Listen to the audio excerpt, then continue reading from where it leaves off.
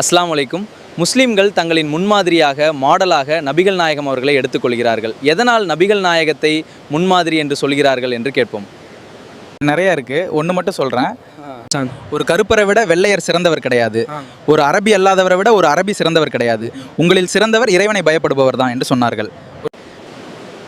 இஸ்லாத்தில் சிறந்தது எது அப்படின்னு ஒரு மனிதர் நபிகளிடம் கேட்கும்போது, பசித்தவருக்கு உணவளிப்பதும் அறிந்தவருக்கும் அறியாதவர்களுக்கும் சலாம் வாழ்த்து சொல்லுங்கன்னு சொன்னாங்க.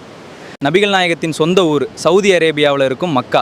அவர் ஓர் இறைவனை மட்டும் வணங்குங்க அப்படின்னு சொல்லும்போது அந்த மக்கள் அடித்து துரத்தினார்கள். மதீனான்ற ஊருக்கு போய் அங்கே ஒரு ஆட்சியை நிறுவி நாட்டின் அதிபராக ஆகுறாங்க. 8 ஆண்டுகளுக்கு பிறகு தன் சொந்த ஊர் மக்காவுக்கு போகிறாங்க. அவரை யாரெல்லாம் அடித்தார்களோ துன்புறுத்தினார்களோ அவங்கெல்லாம் மக்காவில் இருக்காங்க. நபிகள் நாயகம் நினைத்தால் அவர்களை பழி வாங்கியிருக்கலாம், ஆனால் எல்லாருக்கும் பொது மன்னிப்புன்னு சொன்னாங்க. நபிகள் நாயகம் பல நல்ல விஷயங்களை சொல்லியிருக்காங்க. அதில் எனக்கு ரொம்ப பிடிச்சது, அழகிலும் வசதியிலும் உங்களை விட மேலான ஒருவரை நீங்கள் கண்டால் உங்களை விட கீழ் நிலையில் இருப்பவரை நினைத்து பார்க்கட்டும் அப்படின்னு சொன்னாங்க.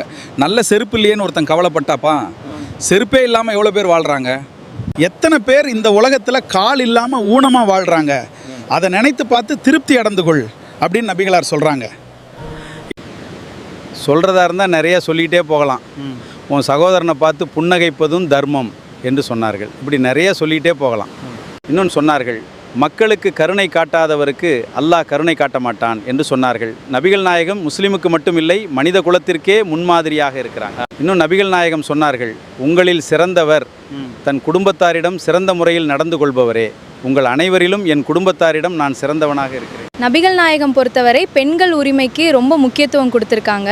இந்த உலகத்திலே நான் உறவாடுறதுக்கு தகுதியானவர் யார் அப்படின்னு ஒரு மனிதர் நபியிடம் வந்து கேள்வி சொல்கிறாங்க. உன் தாய் என்று சொன்னார்கள். பிறகு யார் என்று அந்த மனிதர் நபியிடம் கேட்குறாங்க. நபி சொல்கிறாங்க, உன் தாய். அந்த மனிதர் பிறகு யார் என்று 3வது முறையும் கேட்குறாரு. உன் தாய் என்று 3வது முறையும் பதில் சொல்கிறாங்க. நபி சொல்கிறாங்க. 4வது முறையும் பிறகு யார் என்று கேட்குறாங்க. பிறகு 4வது முறை உன் தந்தை என்று நபி சொன்னாங்க. அதை நபிகள் நாயகம் சொல்றாங்க, உடல் வலிமையால் மற்றவர்களை வெல்வது உண்மையான பலம் அல்ல. மாறாக நமக்கு கோபம் வந்த நேரத்தில் அந்த கோபத்தை அடக்கி பொறுமையுடனும் நிதானத்துடனும் நடந்து கொள்வதே உண்மையான பலம் என்று நபிகள் நாயகம் சொல்கிறாங்க, இந்த உலகம் தற்காலிக இன்பமாகும். அந்த உலகத்தில் சிறந்த செல்வம் நல்லொழுக்கம் உள்ள மனைவி தான்.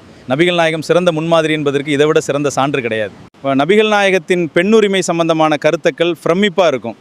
அதில் ஒரு செய்தி, யார் 2 பெண் பிள்ளைகளை பெற்று நல்ல முறையில் அந்த பிள்ளைகளை ஒழுக்கமாக வளர்த்தால் நானும் அவரும் சொர்க்கத்தில் இவ்வாறு இருப்போம் என்று தன்னுடைய ஆட்காட்டி விரலையும் நடுவிரலையும் இணைத்து காட்டினார்கள்.